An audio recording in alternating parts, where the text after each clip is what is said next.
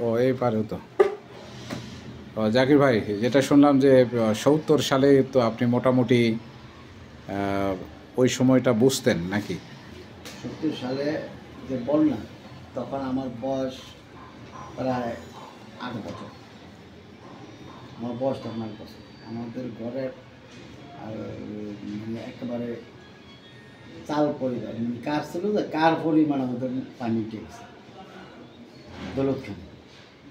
তো আমাদের বাসা থেকে ধরতে হবে কার পরিমাণ পাঠাতন ছিল, পাঠাতন পরিমাণ পানি উঠছে। আমরা টেবিলের উপর টেবিল রাখা তারপরে দিয়ে বসছি। ৭১-এর যুদ্ধ দেখছি, মোটামুটি স্মৃতি মনে আছে। ইনশাল্লাহ মনে আছে। ৭১-এর যুদ্ধগুলো কত মনে আছে। আর এই যে ৭৫-এর যে 15ই আগস্ট সময় যখন বঙ্গবন্ধু মারা যায়, তখন তো আমি ঢাকা শহরে মোহাম্মদপুরে তখন আমার কাকার বাসা। আমি রতন চেয়ারম্যান, রতন ভাই তখন একসাথে দেখা হলো। কিন্তু রতন চেয়ারম্যান তখন চাকরি করতে হলো বিআরটিসির ইয়ে ছিল, অ্যাকাউন্টস অফিসে। অর্থাৎ রতন ভাই আপনার খালাতো ভাই নাকি? হ্যাঁ, আমার মেজর খালার ছেলে। মোটামুটি অনেক ছোটোবেলা থেকেই তার সাথে ভালো সম্পর্ক। আমার লোকের ভাইয়ের লোকের সম্পর্ক হয়েছে আজ কত, আমার বয়স যখন মনে হয় 17-16 তখন থেকে আসে, মানে বন্ধুর মতো চলতাম আমরা শুধু। এই রতন চেয়ারম্যান সাহেব গত কয়েকদিন আগে মারা গেলেন, তো তার ব্যাপারে কোনো স্মৃতিচারণ করবেন কি না? হ্যাঁ, হলো হ্যাঁ, নীতিটা মানিয়ে নিতে পারি। এত তাড়াতাড়ি যে চলে যাবে, হ্যাঁ, কল্পনা করতে পারি না। শেষ দেখাটাও দেখতে পারি না।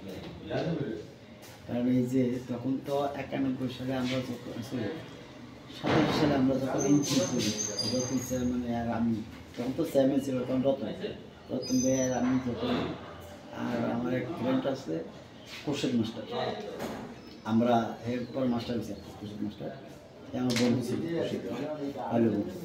আমরা তিনজনে মিলে যখন এনজিওটা করি, তখন এই অঞ্চলে মানে এনজিও শুনলে সবাই কিনা চোখে দেখতে, প্রতি এরা খ্রিস্টান। হ্যাঁ, খ্রিস্টান। তখন মহিলারা তো রাস্তাঘাটে আসতো না। আমরা সেই ৮৭ সালে মহিলাগুলিকে আমরা রাস্তায় আনার জন্য দিয়েছি।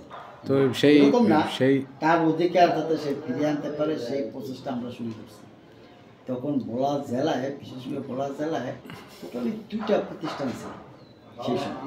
এটা ব্রাক তখন কাজ করতো সারা ভোলা জেলা না, ভোলা সদর আর দূর থেকে। আর আশা আসছে। হ্যাঁ, আর আপনারা যে তিনজন মিলে যে সংস্থাটা করলেন, সেটার নাম কি? সেই প্রতিষ্ঠান আমরা তিনজন এই রকম আমরা যে ইন্দিরা করছি, সেটার নাম হইলো, প্রথম ছিল সেবা সংঘ ক্লাব। পরে এটা আমরা এই যুগগুলোর থেকে মানে রেজিস্ট্রেশন করতে যাই, নাম পরিবর্তন করে করলাম ভোলা সেবা সংঘ আর কি। ওইটার ভিতরে কিন্তু আমরা দুই বন্ধু, আমি আর কোর্শেদ, আমরা কিন্তু কোনো সদস্যপদ রাখতে থাকিনি, ইচ্ছা করি আমরা থাকি, কর্মকর্তা পর্যায়ে ছিলেন। আমরা জাস্ট কর্মকর্তা হিসেবে থাকতাম, মানে কাজটা আমরাই করি, যে আমার নামের দরকার নেই।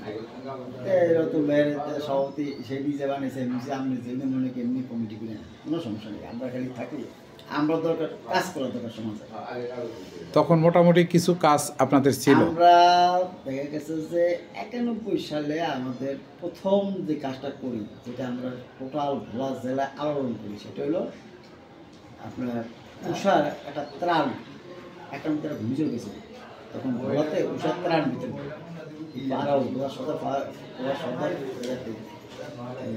ডাক বাংলা, তখন এই একসাথ সরকার এই ডাক বাংলাটা করছিল নতুন। হ্যাঁ, এই ডাক বাংলার ভিতরে আমি আর টুম্বে আইসা এই যে উষার যে ম্যানেজিং ডিরেক্টর এখানে এসে এর লোক কথাকে আমরা 2টা থানা দায়িত্ব নিয়েছি, বরহানুদ্দিন আর দুর্গা, এই 2 উপজেলার দায়িত্ব নিয়েছিলাম। 2 উপজেলা আমরা ত্রাণ বিতরণ করছি। তৎকালীন ৩৭৫০ টাকা প্রতিটা পরিবারের, ৩৭৫০ টাকা মাল, 2টা রিক্সা রাখছে মাল নিতে, একটা পরিবারে তার ত্রাণের মাল নিতে 2টা রিক্সা রাখছে, আমরা হচ্ছে ত্রাণ দিয়েছি। সেখান থেকে আমাদের পড়েছে এই সভা সরকার। এরপরে দেখা গেলো, তারপরে কি দেখা গেলো যে আপনার ১ সালে জাপানি donor, Japan embassy, Japan embassy আমাদেরকে একটা কাজ দিল। তখন হাজিপুর চট্টারে আমরা, ওটা তো অবহেলিত একটা এলাকা, তো প্রথমবার প্ল্যান হলো যে হাজিপুর চট্টাকে সে ডেভেলপ করবে, সেখানে একটা সাইক্লোন সেন্টার, ঘূর্ণিঝড় এলে মানুষ থাকতে পারে না, একটা সাইক্লোন সেন্টার, একটা স্কুল লাগবে, প্রাইমারি স্কুল। ওইটারে তখন দেখা গেছে primary school come to cyclone center একসাথে, একের ভিত্তি দিয়ে 2.5 কিলোমিটার রাস্তা, 2.5 কিলোমিটার রাস্তা হলাম। আমরা ওই কাজটা করছি।